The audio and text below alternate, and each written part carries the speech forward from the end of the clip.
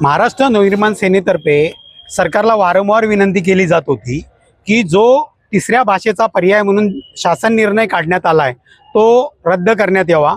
यासाठी स्वतः सन्मान्य राजसाहेब ठाकरे पाठपुरावा करत होते। त्यांनी 2 ते 3 पत्र सरकारला दिले, पण हे सरकार चालतं दिल्लीच्या इशाऱ्यावरती। आणि एक आपल्या महाराष्ट्राच्या कवितेमध्ये म्हटलेलं आहे की दिल्लीचे ही तख्त राखितो महाराष्ट्र माझा। परंतु आता सत्तेत बसलेले जे काही लोक आहेत हे दिल्ली पुढे नतमस्तक होऊन त्यांच्या आदेशाचं पालन करण्यासाठी महाराष्ट्राच्या शालेय शिक्षणामध्ये हिंदी भाषेची आणि तिसऱ्या भाषेची सक्ती करतायत। याचा मी महाराष्ट्र नवनिर्माण सेनेतर्फे निषेध करतो। मुळामध्ये या महाराष्ट्राला तिसऱ्या भाषेची खरंच गरज आहे का, हा विचार सरकारने केला पाहिजे। जर तिसरी भाषा आली तर मराठीची गळचेपी होणार नाही का?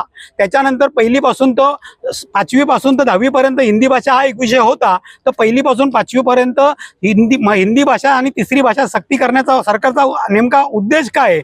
मुंबईमधनं मराठी माणसाला तर संपवलंच आहे, परंतु महाराष्ट्रातनं मराठी भाषा संपवण्याचा का या सरकारचा डाव आहे की काय, असा आम्हाला डाऊट येतोय।